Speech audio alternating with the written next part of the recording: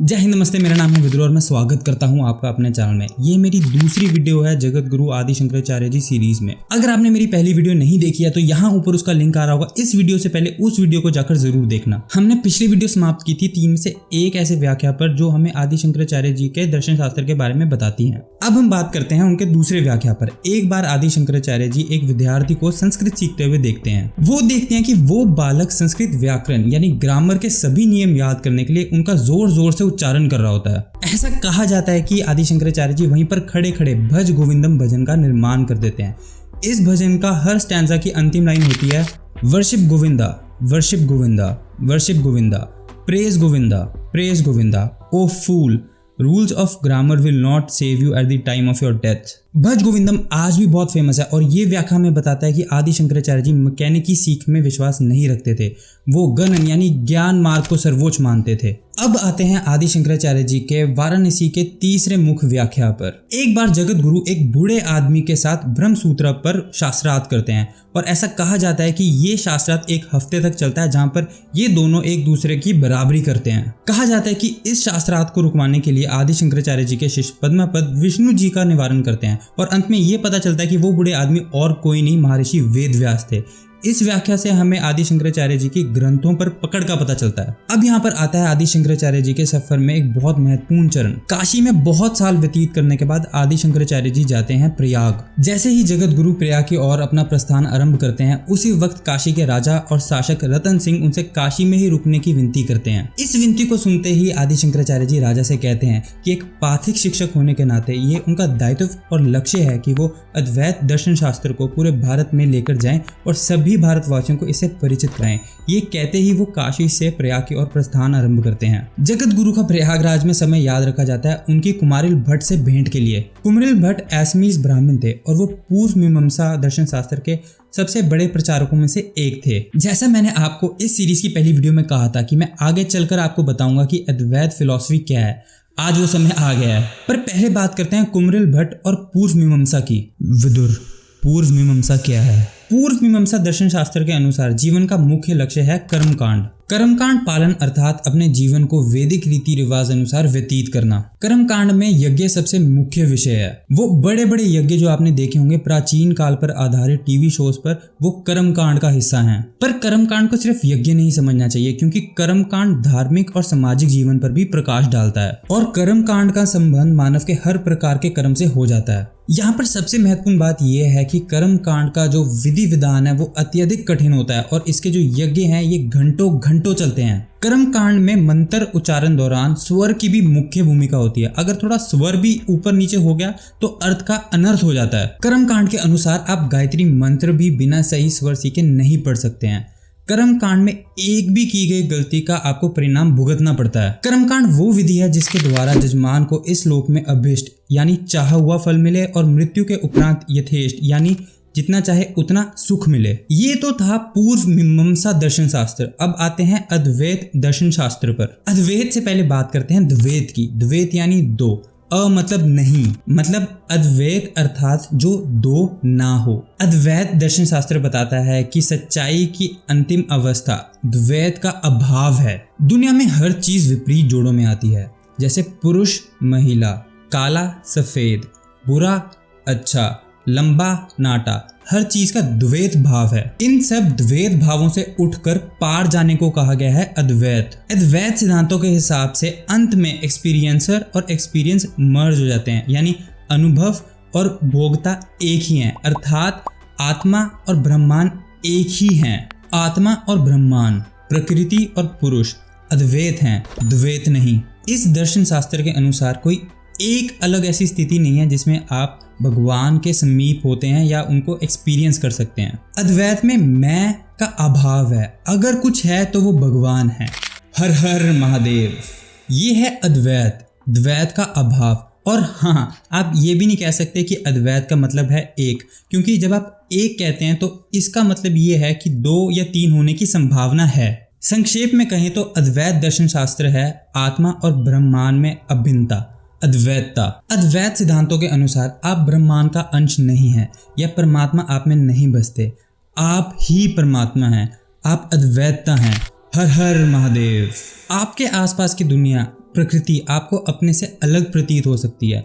आपकी ये भावना और कुछ नहीं माया है, एक भ्रमजाल है। वो लोग जो मोक्ष प्राप्त करते हैं वो इस बात को समझ गए हैं कि वो ब्रह्मांड हैं और ब्रह्मांड वो हैं, वो अद्वैत हैं। इस अद्वैतता में बसे हैं सभी भगवान, असुर, समय, स्थान, अभी तक हुए हुई सभी घटनाएं और आगे होने वाली सभी घटनाएं, ये अद्वैतता है। यहाँ से आपको समझ आ जाना चाहिए कि मेरी पिछली वीडियो में चंडाल वाली स्टोरी में आदि शंकराचार्य जी ने उस चंडाल को अपने गुरु लायक क्यों माना। अब मैं आपको यहाँ पर ये नहीं बताऊंगा कि पूर्व मीमांसा बेहतर है या अद्वैत दर्शन शास्त्र बेहतर है, क्योंकि मैं इन पर कोई एक्सपर्ट नहीं हूँ और मैं ये निर्णय आप पर छोड़ता हूँ। अब वापस आते हैं कुमरिल भट्ट पर। जब जगत गुरु भट्ट के पास पहुंचते हैं उनके साथ शास्त्रार्थ के लिए, वो देखते हैं कि गुरु भट्ट एक बहुत बड़े टीले के ऊपर, जो जीरी का टीला होता है और जल रहा होता है, उसके ऊपर लेटे होते हैं और अपनी खुद की आहुति दे रहे होते हैं। विदुर, पर वो ऐसा क्यों कर रहे होते हैं? अरे रुको तो सही, अरे सुनो तो सही। गुरु भट्ट ये कदम अपनी एक गलती के पश्चाताप के लिए उठाते हैं। वो बुद्धिज्म के कुछ सिद्धांतों को गलत प्रूफ करने के लिए एक बौद्ध मठ को ज्वाइन कर लेते हैं। वे फिर इन सिद्धांतों के ऊपर प्रभुत्व पाते हैं ताकि इन सिद्धांतों को तोड़ सकें। इसके कुछ ही समय बाद कुमरिल भट्ट बुद्धिज्म के सबसे प्रभावशाली आलोचकों में से एक सिद्ध होते हैं। पर इस पूरी प्रक्रिया में वो अपने उस बौद्ध गुरु जिसके चरणों में वो शिक्षा ग्रहण करते हैं उसके साथ धोखा करते हैं। बौद्ध सिद्धांतों को सीखने के बाद कुमरिल भट्ट बहुत सारे बौद्ध साधुओं के साथ शास्त्रार्थ करते हैं। कुछ जो बौद्ध साधु हैं वो कुमरिल भट्ट से शास्त्रार्थ हारने के बाद वैदिक सिद्धांतों को मानने लगते हैं, और दूसरी तरफ कुछ जो बौद्ध साधु होते हैं वो अपनी खुद की आहुति दे देते हैं। गुरु भट्ट इन सभी बातों का उचित पश्चाताप मानते हैं, खुद की आहुति देना, और वो एक जलती हुई जीरी की टीली के ऊपर जाकर बैठ जाते हैं और अपनी खुद की आहुति देते हैं। इस आत्म विसर्जन को देखकर जगत गुरु उनसे अनुरोध करते हैं कि वो ऐसा ना करें बल्कि उनसे शास्त्रार्थ करें। गुरु भट्ट जगत गुरु से मिलकर बहुत प्रसन्न होते हैं, पर वो उन्हें कहते हैं कि शास्त्रार्थ का समय निकल चुका है और अब उन्हें उनके शिष्य मंदना मिश्रा से शास्त्रार्थ करना चाहिए। जगत गुरु और मंदाना मिश्रा के बीच में हुआ ये शास्त्रार्थ जगत गुरु की हर बायोग्राफी का एक अहम हिस्सा है। मंदना मिश्रा रहते हैं महिषी गांव में, जो आज के समय में बिहार के सहरसा जिले में पड़ता है, और ऐसा माना जाता है कि जो शास्त्रार्थ हुआ आदि शंकराचार्य जी और मंदना मिश्रा के बीच वो आज के समय के मध्य प्रदेश में महेश्वर में हुआ। मंदना मिश्रा शास्त्रार्थ को स्वीकार करने के बाद जगत गुरु को एक मध्यस्थ यानी अंपायर चुनने को कहते हैं। मंदना मिश्रा आश्चर्यचकित रह जाते हैं जब आदि शंकराचार्य जी मिश्रा की पत्नी श्रद्धा देवी को चुनते हैं। श्रद्धा देवी भी बहुत ज्ञानी होती हैं और वो दोनों प्रतियोगियों के गले में एक फूलों की माला पहना देती हैं और कहती हैं कि शास्त्रार्थ के दौरान जिसकी भी माला पहले मुरझाई वो पराजित माना जाएगा। इस शास्त्रार्थ में भी अन्य शास्त्रार्थ की तरह ये शर्त रखी जाती है कि हारने वाला जो जीतने वाला है उसका शिष्य बनेगा और उसके तरीके से उसके रीति रिवाजों के अनुसार अपना जीवन व्यतीत करेगा। अलग अलग कथाओं के अनुसार आदि शंकराचार्य जी व मंदना मिश्रा के बीच जो ये शास्त्रार्थ है ये 17 दिन से लेकर 6 महीने तक चलता है, और अंत में मंदना मिश्रा के गले की फूलों की माला पहले मुरझा जाती है और नियमों के अनुसार शंकराचार्य जी जीत जाते हैं। पर यहाँ पर एक ट्विस्ट आता है। मंदना मिश्रा को हारते देख उनकी धर्म पत्नी श्रद्धा देवी खड़ी हो जाती हैं और वो कहती हैं कि मिश्रा की धर्म पत्नी होने के नाते वो उनका आधा भाग हैं, और इस बात को हिंदू विचारधारा में अर्धनारीश्वर कहा गया है।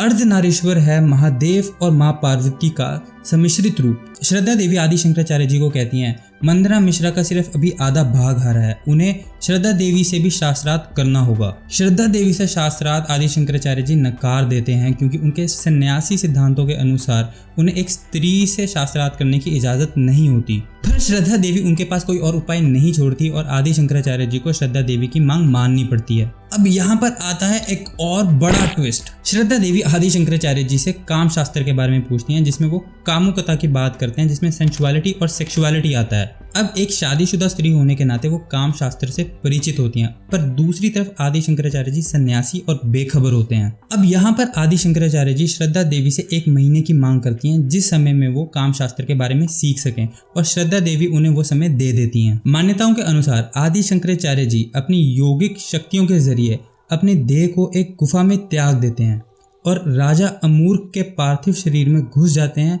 जिसे उनके क्रियाक्रम के लिए अर्थी पर ले जाया जा रहा होता है। राजा अमूर्क के मृत्यु से लौटने को एक चमत्कार माना जाता है और उन्हें उनके महल वापस ले जाया जाता है। महल लौटकर आदि शंकराचार्य जी राजा अमूर्क के शरीर में उनकी पत्नियों के साथ रहकर काम शास्त्र के बारे में सब कुछ सीख लेते हैं। 1 महीने बाद वो श्रद्धा देवी के साथ शास्त्रार्थ के लिए लौटते हैं और सभी प्रश्नों के उत्तर देते हैं। इस शास्त्रार्थ के बाद मंदना मिश्रा अपनी हार स्वीकार करते हैं और जगत गुरु आदि शंकराचार्य जी के चरणों में अपना सन्यासी जीवन का आरंभ करते हैं। और श्रद्धा देवी भी आदि शंकराचार्य जी के कहने पे सन्यासी जीवन को स्वीकार करती हैं। यहाँ पर ये समझना बहुत जरूरी है कि ये कोई ऐसा वैसा शास्त्रार्थ नहीं था। वंदना मिश्रा की ये हार एक बहुत बड़ा और अहम मोड़ था हिंदू धर्म के रुख में। वंदना मिश्रा कुमारिल भट्ट के सबसे योग्य शिष्य थे और उन्होंने वेदों के ऊपर बहुत सारी पुस्तकें भी लिखी थी। मिश्रा की हार की खबर पूरे भारत में फैल गई एक आग की तरह और सभी भारतवासियों को यह पता चल गया कि उनके धार्मिक मार्गदर्शन के लिए आदि शंकराचार्य जी का प्रस्थान हुआ है। आज के लिए बस इतना ही। मैं आदि शंकराचार्य जी की इस कहानी को जारी रखूंगा। मेरी बस आपसे एक ही विनती है कि आप इस वीडियो को अपनी फ्रेंड्स और फैमिली के साथ ज़्यादा से ज़्यादा शेयर करें ताकि वो भी हिंदू धर्म के बारे में जागरूक हों।